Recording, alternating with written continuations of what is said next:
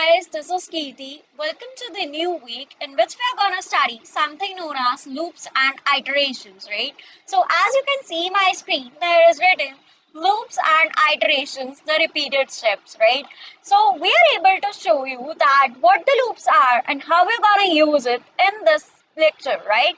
So let me give you one example. Like we have to write the print statement of hello world five number of times, right? So by using the conventional Python method, what we are gonna do, we are just going to repeat that particular step again and again. It means that I'm going to write the print statement of hello world again and again, right? Till the number of times I am wishing to, right? But Python has actually made this program more easy by using the loops and iterations, right? So there is a more convenient way in which we can write the print statement any number of times we wish to. So just by using the loops, it can be possible. How we can do is basically there is a particular loop that is called as a while loop and also the for loop, right? If you're talking about C, C++ in Java, basically there is another kind of loop called as a do while loop. But in Python, we are going to use these only two loops, while loop and a for loop, right? Which I am going to discuss in this lecture. So we are able to say that it is written that is iteration. So what is the use of the loops, right? So loops are basically used only when we have to perform the specific task repeated number of times, then we actually use the loops, right? Let me give you another example to get a more clear idea about what the loops are and how we actually use it, right? So here as you can see that is a iterations, nothing but the repeated steps because we are going to use that particular kind of a loop again and again, right? Till I am going to wish to. So here as you can see my screen, moving on to the next slide, here is loops, the repeated steps, right?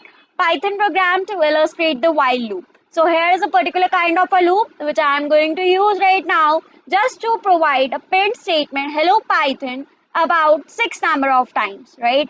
So how we actually are using this particular kind of loop, let's see. Here, as you can see my screen, here is a variable known as count, and this count variable is initialized with a particular value that is 0, right? So because this count is initialized with a value 0, so we can see that while count is less than equal to 5. Now you might be wondering that what is while? While is nothing but a particular kind of loop. And this loop is going to be used again and again till this condition gets satisfied. It means that when the condition gets false, the particular iteration or the code that control that will actually go outside of the Python program, and whatever would be written outside the Python program that is going to print me, right? So now what you can see over here that while count less than equal to 5, it actually means that count's initial value is 0, perfect, right? So 0 is less than equal to 5, the condition is true. Because the condition is true, what's going to happen? It's going to, control is going to move in the inside the while loop and it's going to print me hello Python, right? So as you can see my output, here it is written hello Python, perfect, right? So now what happens that after this particular line, here as you can see, it is written count equal to count plus 1. What this line is indicating, this line is actually increasing the value of count by 1. It means that now the count value actually becomes 1.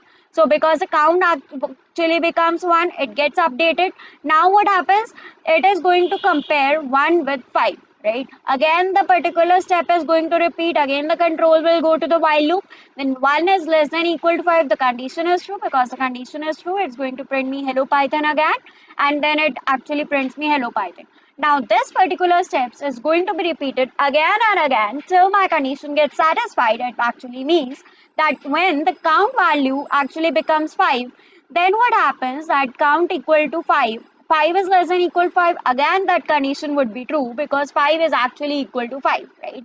So it's basically nothing but a comparison operator which we have already discussed in the last slides. So we can say that print hello Python again. In the last slide, it's going to print me hello Python, and in this case, it's going to print me count equal to count plus 1. Now what happens at wow, the count value actually gets updated and incremented by 1, and it now gives us the value of 6. Now because count becomes 6, what happens? The repeated number of steps according to the criteria, what happens? That it will go to the while loop, and when it go to the while loop, it's going to compare 6 with 5. When it's going to compare 6 with 5, then what happens? That 6 is not less than equal to 5. It actually means that the condition is false. Now because the condition is false, our program gets over. Nothing is written outside the while loop. So here would be the output of the program. As you can see my screen, the output of the program is hello Python, and these hello Python lines are actually printed till 6 number of times, as you can see my screen. Of course, yeah. Moving on to the next slide. Now we are going to use more about loop. We are going to use that is for loop, right? Simple for loop. Now here, while loop is different, for loop is different. Both have the same functions, that is the same function. It means that the same the same computation is actually performed by in two different loops, right? We actually use for loop most of the times, and we use while loop less number of times, right? So here, as you can see my screen, I'm going to describe more about for loop, right? Here is the input. As you can see my screen, here is a particular for loop, and in this for loop I have written I in 5 4 3 2 1. Now you might be wondering that what is 5 4 2 3 2 1? 5 4 3 2 1 is nothing but a list. Now lists are something which we are going to study in the next slides in the advanced course, right? So here, stay tuned. Now what happens at 5 what happens when I'm going to write this particular line? This line is nothing but a syntax, right?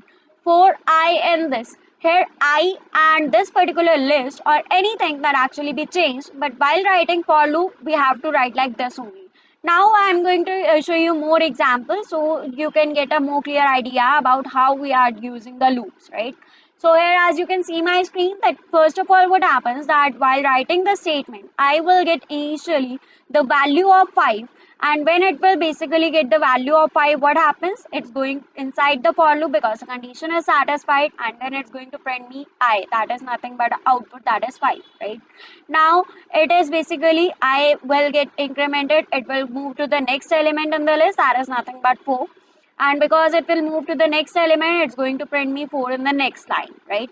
Then it's going to print me 3 in the next line, then it's going to print me 2 in the next line, then it's going to print me 1 in the next line. And after that particular loop get over, all the elements of the list get over, what happens that it's going to print me loop over in the next line after all the elements get printed, because the condition is false.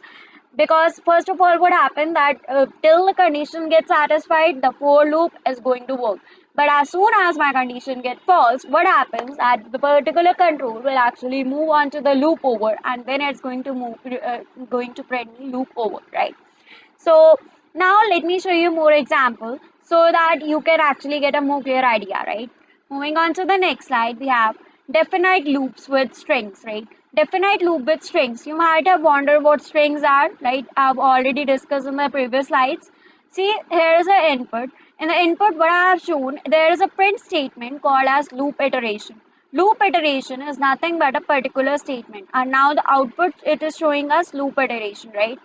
I is basically nothing but a list, and this list is actually containing the two elements. As you can see my screen, it's nothing but my own name, that is Hello Kirti, right? So here you can see that it is basically hello, and in the next line it's written as Kirti for I in capital I. Now what it is basically small I is nothing but an individual variable in the list, and this individual variable in the list or the element in the list is nothing but hello, first element, and the second element is nothing but Kitty, right?